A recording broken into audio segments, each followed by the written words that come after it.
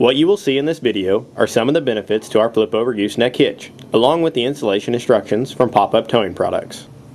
Have you ever had your gooseneck hitch seize up on you? Some of the benefits to our flip-over gooseneck hitch is that the ball can spin freely in its socket, even when the ball is locked into place.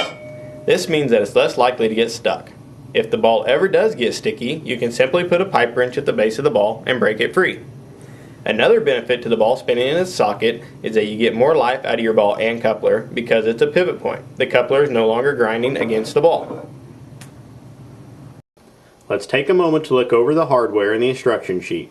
Make sure you have a center section, frame plates, crossbars, and all hardware needed to do a complete install before starting the installation. Every hitch is make and model specific, so some hardware will vary from model to model. First thing you need to do is remove the spare tire and get it out of the way. It will make the install process much easier. If your truck is equipped with the heat shield, now is the time to remove it. Now that the spare tire and heat shield have been removed, it's time to locate the hole position for the gooseneck ball. Measure from the rear lip of the truck bed to the measurement listed in the instructions for your make and model. If your truck is equipped with a spray-in bed liner, make sure you can add the thickness of the liner to your measurement. Make sure and follow the instructions when locating and drilling the hole for the gooseneck ball.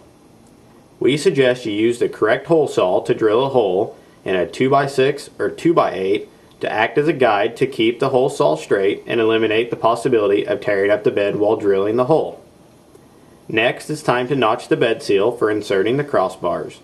Later, this same notch will house the locking rod. Once the bed seal is notched out, insert the rear crossbar first and slide back into position. Once that is in place, insert the front crossbar and slide it forward into position. Refer to instructions when making sure the crossbars are turned to the correct direction for install. You can see in this slide that the crossbars are in place and now are ready to install the center section of the hitch. Each truck is a little different, but you should slide the center section over the exhaust and fit into position between the crossbars. To help hold the center section in place while bolting to crossbars, drop the hook of a ratchet strap down through the tube and secure to the center section.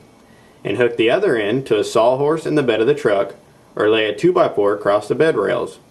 Then tighten the strap until the center section is drawn up flush to the bed floor. Once the center section is drawn up into place, using the strap, it's time to pull the crossbars up against the center section and bolt into place. Make sure you do not completely tighten bolts at this time. Identify the driver's side frame plate, which should have the serial number and operating stickers showing. Attach the frame plates to the crossbars, but do not fully tighten. Repeat this step for the passenger side as well.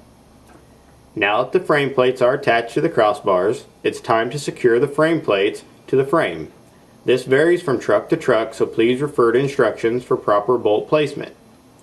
Now make sure you square the hitch assembly front to back and side to side before tightening all bolts. Bolts need to be tightened in sequence according to the instructions. It's very important to use a torque wrench and tighten to specs when installing your gooseneck hitch. Shown here is how your hitch should look so far. Now drill your holes for the safety chain U-bolts. From the top side, install the safety chain U-bolts in the holes you drilled from under the truck. From under the truck, install one spring and 1/2 inch nut on each leg of the U-bolt. Tighten until the threads extend through the nut. From the driver's side of the truck, slide the rod into the opening where you notch the bed seal. Now you will need to align the handle so that the set screw seats into the dimple in the rod and tighten to 15 foot-pounds of torque. It's not a bad idea to go ahead and put a dab of Loctite on the set screw. To unlock, simply turn the rod 90 degrees counterclockwise, and to lock back into place, turn the handle back to its original position. Simply flip the ball to the up position to tow your gooseneck trailer, and flip it back over when you want your flat flush bed. Don't forget to put your spare tire back in and have a safe trip while towing your trailer. We make a flip-over hitch for nearly every application, including semi-tractors, so we're sure to have what you need.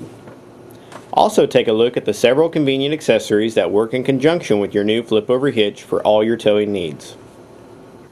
Thanks for taking the time to watch this installation video of the flip-over hitch by PopUp Towing products. For more questions on hitch installation or other pop-up products, give us a call at 1-800-837-8578 or see us online at www.popuphitch.com.